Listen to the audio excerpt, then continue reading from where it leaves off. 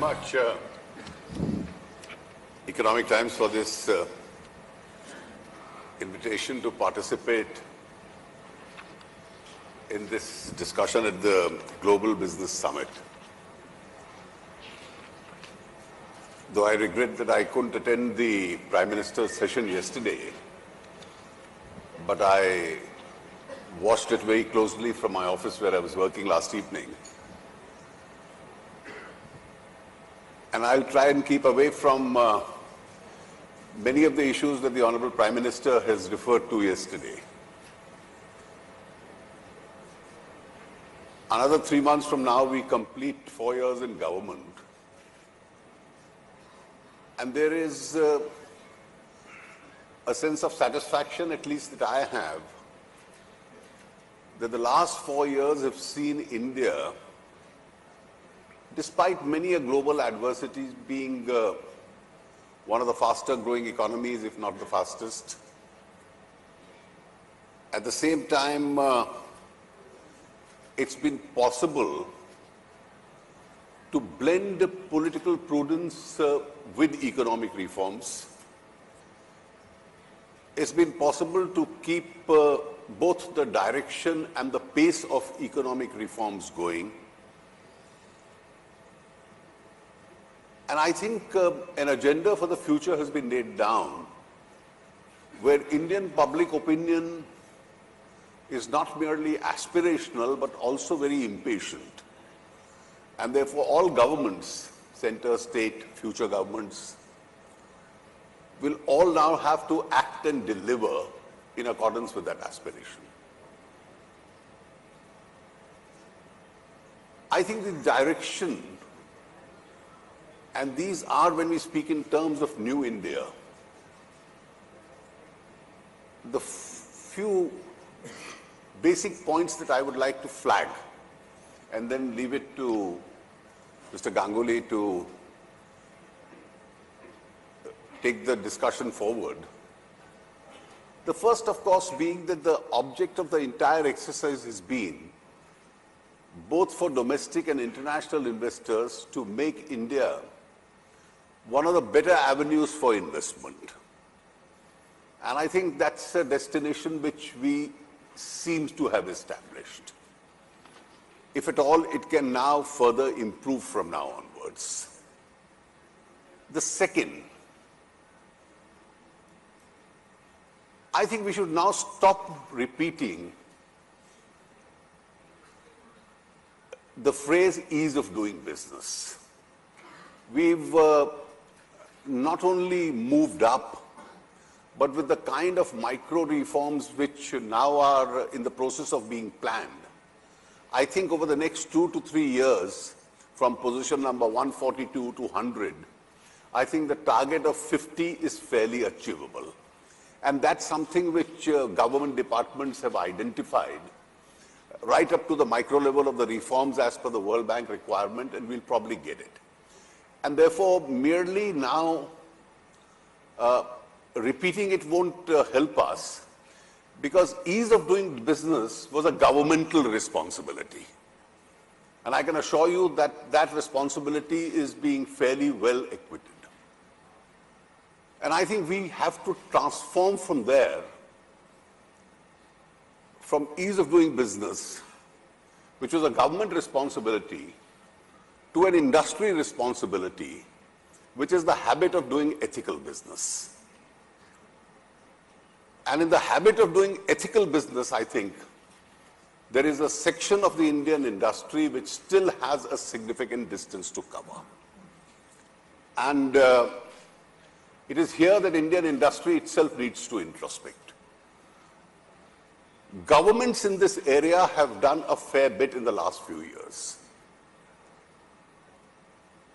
All areas of governmental discretion now have been virtually eliminated. They've been substituted by a more objective criteria.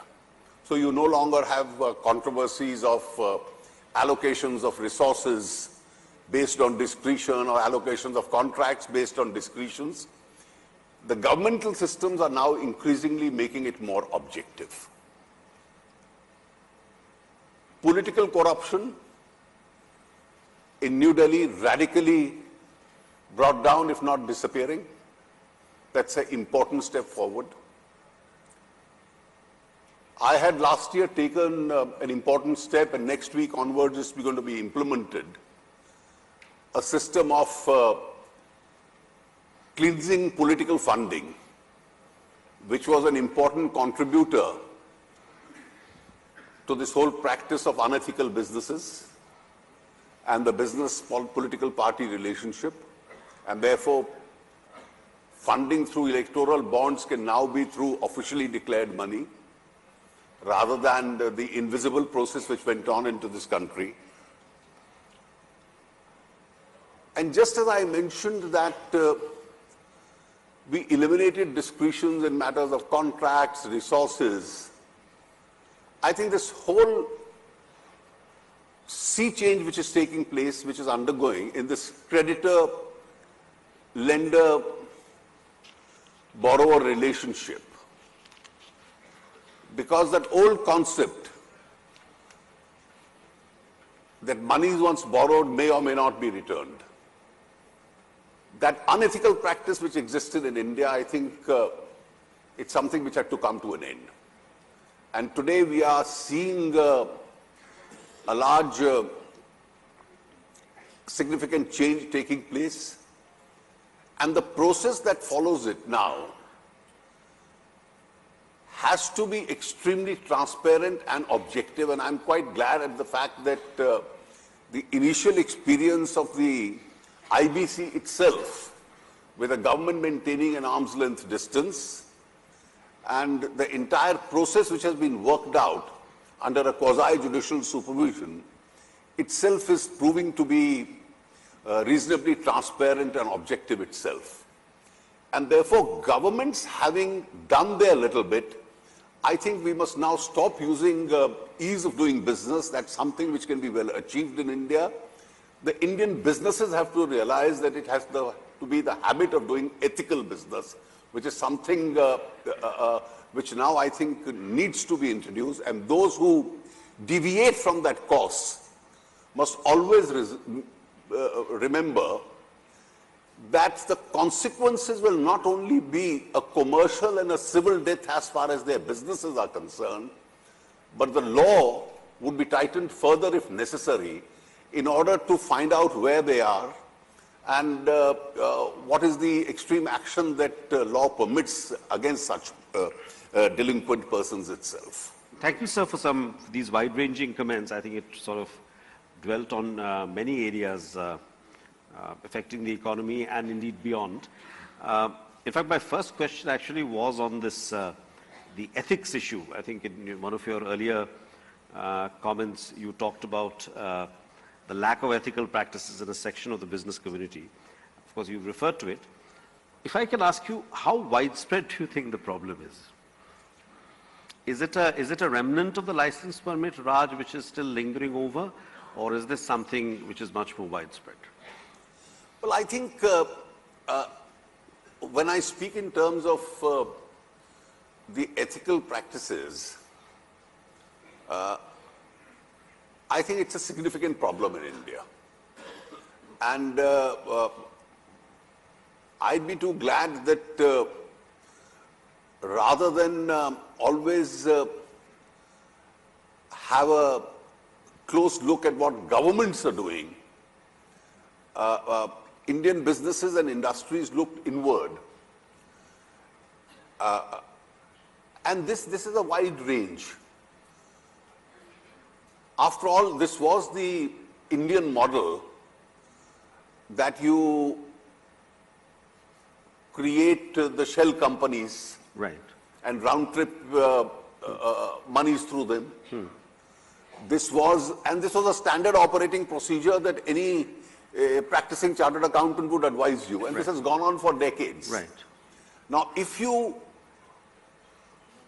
claim to be the fastest growing global economy and aspire to move into being a developed economy, now where is the place for practices of this kind? Yeah.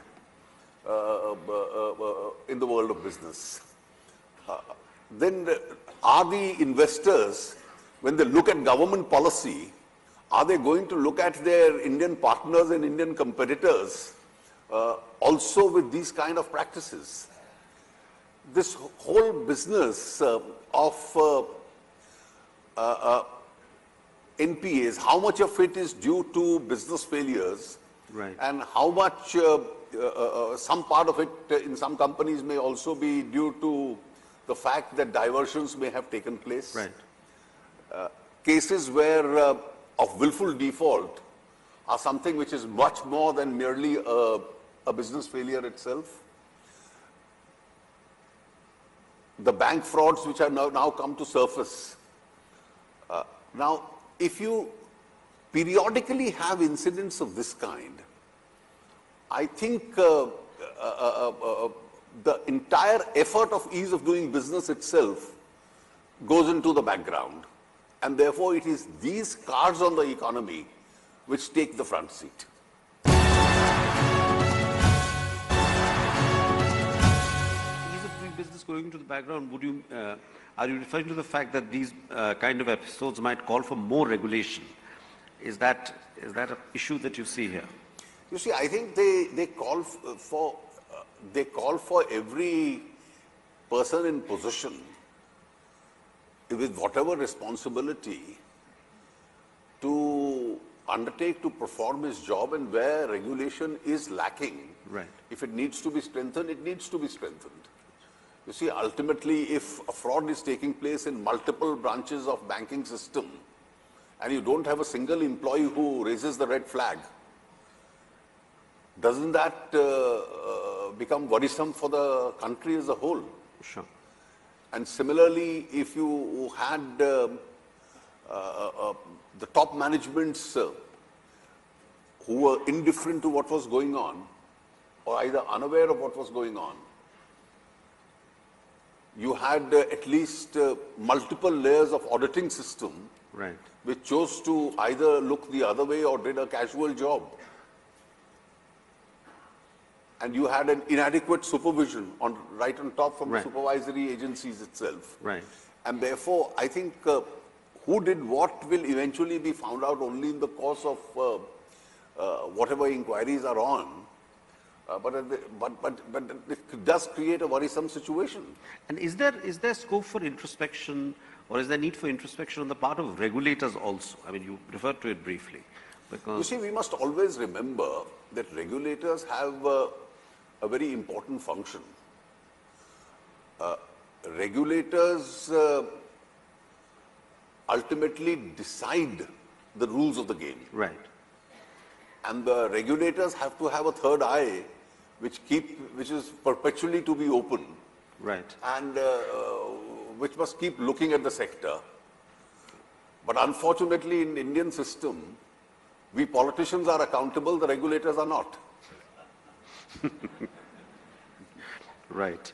I'll just come to another question. I think electoral bonds, as you say, is going to be launched soon, and this is something with which you have been personally associated with. You've advocated it. Would you like to address one of the criticisms, which is the anonymity point in terms of electoral bonds? Well, I'll tell you, there is 100% anonymity in the present system. Who gave a donation, nobody knows. How did he create the money, nobody knows. Who did he give it to, nobody knows. How was it spent, nobody knows. The critics of the electoral bond system are those who want the present system of 100% anonymity coupled with unclean money to continue. So let us be first clear, the present system is total anonymity and unclean money. The electoral bond system is that you buy the bond from the State Bank of India only through a banking instrument, so it's clean money. Your balance sheet will reflect how many bonds you have bought. The political party's balance sheet will reflect, and its returns will reflect, Right. what is the sum total of the bonds that it has got. So the entire money in the hands of a political party So in the hands of the donor and the donee will be clean money. So the 100% unclean money is replaced by 100% clean money. That's the first change. The second change is that there is a substantial improvement in transparency. We'll all know how much a political party has received. The company's or the individual's balance sheet will also declare as to how much he has bought. How he has distributed it is the only limited anonymity. So the critics, and mind you, these are critics who have a problem with every solution. These critics want 100% unclean money and 100% anonymity to continue. But if there is 100% clean money with substantial transparency, is something that they have a serious objection to. So the effect of which is the bonds must go out and the present status quo with which they are very comfortable must continue. So if I can refer to, you refer to lack of accountability of regulators and the government's sustained attempts to improve ease of doing business. Now, one aspect which has made doing business somewhat difficult are, without our decisions by the judiciary. For example, there have been at different points in time widespread bans imposed on large parts of the country on mining. What type of passenger vehicles can be sold. What are your thoughts on this issue? Is there also an accountability issue vis-a-vis politicians which you referred to? Well, I don't think I am the best suited to answer that question today. But I do hope some legal scholars who also understand the impact of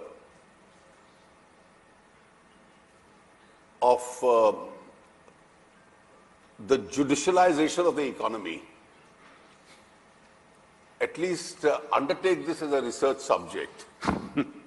And in case of some of the judgments, what is the negative impact of India's GDP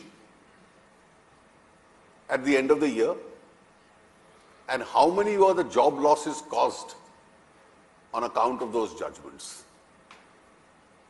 I do hope some legal scholar initiates a debate so that even as a part of a self-improvement exercise, right, the institution concerned itself undertakes a study of this. So coming to another issue which you addressed, the health scheme, which is obviously very much a lot of public interest in the health scheme. You referred to the possibility of some kind of a federal structure between.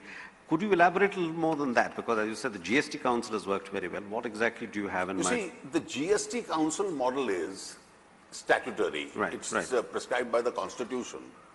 That you have all the finance ministers of every state of the central government. You have officials assisting them. They collectively take all a decision, and therefore we are able to bring about a consensus.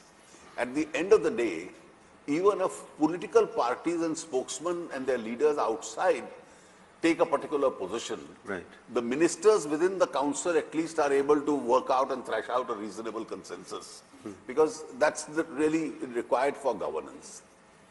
I think in areas like agriculture, in areas, the health scheme that you mentioned, the social sector schemes, and let us say we give pensions to economically deprived people. Now, in each of these schemes, the pooling in of the resource of the center and the state, and how do you best utilize that resource so that there is no duplication, and one can top the other, and therefore right, come out with something which is extremely cogent as far as the state is concerned.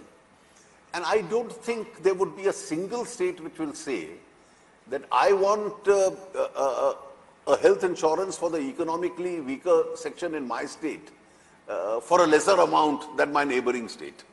So everybody would want the same amount, and right, therefore, depending on the resources of a state, the fact that they are able to collaborate with each other and add to the resource of each other, I think is an area on which arrangement between the center and the state could be possible. The Niti Aayog is an ideal institution which can actually coordinate this. So one more area which you didn't in fact refer to in your speech is disinvestment. While disinvestment, obviously your take from disinvestment in the last fiscal was more than the target, and this year also there is a decent target.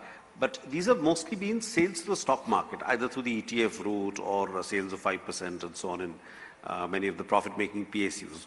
What hasn't happened so far, although some other strategic divestments which were a feature of... You see, last year the Niti Aayog did prepare a list of a number of such companies which are meant for strategic disinvestment.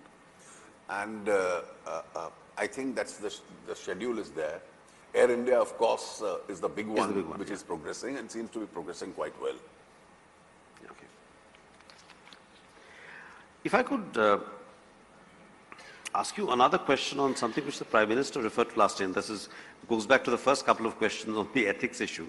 He, in fact, referred to the shrinkage of exports in the first couple of years and said this could possibly be due to over-invoicing. He didn't say that it was the reason, but it could be one of the reasons. Is that something, do you have any thoughts on this subject and whether, what is your take? Of course, exports have now started reviving. You see, it could be. There could be multiple factors in areas. Right. But to my mind, two of the other reasons was, one was, of course, the fact that the global economy wasn't doing well. Sure. And if your buyers across the world have less money to spend, obviously they'll buy less. And therefore, global trade itself, world over, had suffered. And secondly, in this shrinkage of exports, also remember the fact that the oil prices dropped had a very important role. Right. And therefore, a very large amount of crude comes into the country, gets refined and goes out.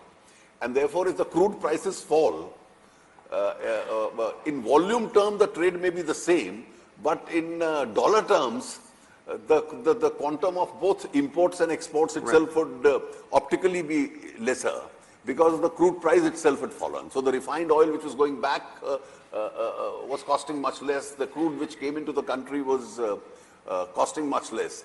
And therefore, these two factors also did contribute to what we call as the shrinkage itself. So if the crude prices skyrocketed again, you will at least, I hope that doesn't happen, but at least that would mean that the international trade has gone up. The volume would still be the same, but the quantum would have gone up. We'll, in fact, take a couple of questions from the audience, but just before that, I just wanted to ask you two other questions. One is on the corporate tax rate. I know you've explained it. The target of 25% has been done for obviously the smaller companies, but I think some of the larger companies, many of whom are represented in this room, would still look forward to, when it will happen for them. So any sort of timeline you can... I had clearly said that I will couple it with the phasing out of the exemptions. Right. Now, once it comes to phasing out of the exemptions, each exemption has a sunset date. And therefore, if we advance that sunset date, we'd be actually guilty of doing something retrospective because a large number of companies would have planned their businesses according to the sunset date itself. And therefore, I haven't tinkered with any sunset date. So within the limits of the affordability of the budget, I started moving up from the manufacturing companies in the first instance and then went up to 50 crores, and this time I went up to 250 crores. So today you have, out of the 700,000 companies, you have 99% of the companies in India which have come into this 25% bracket. There are 7,000 companies above this. And which are the largest companies? Which are the large companies, which are the high tax paying companies. But I don't think those and that probably, I had linked it with the phasing out of the exemptions. And the actual tax they are paying could well be lower. The actual tax they are paying is about 22 or 23%. So I don't think these 7,000 in a hurry for 25% themselves with the exemptions gone, because they'll all end up eventually paying 2% more.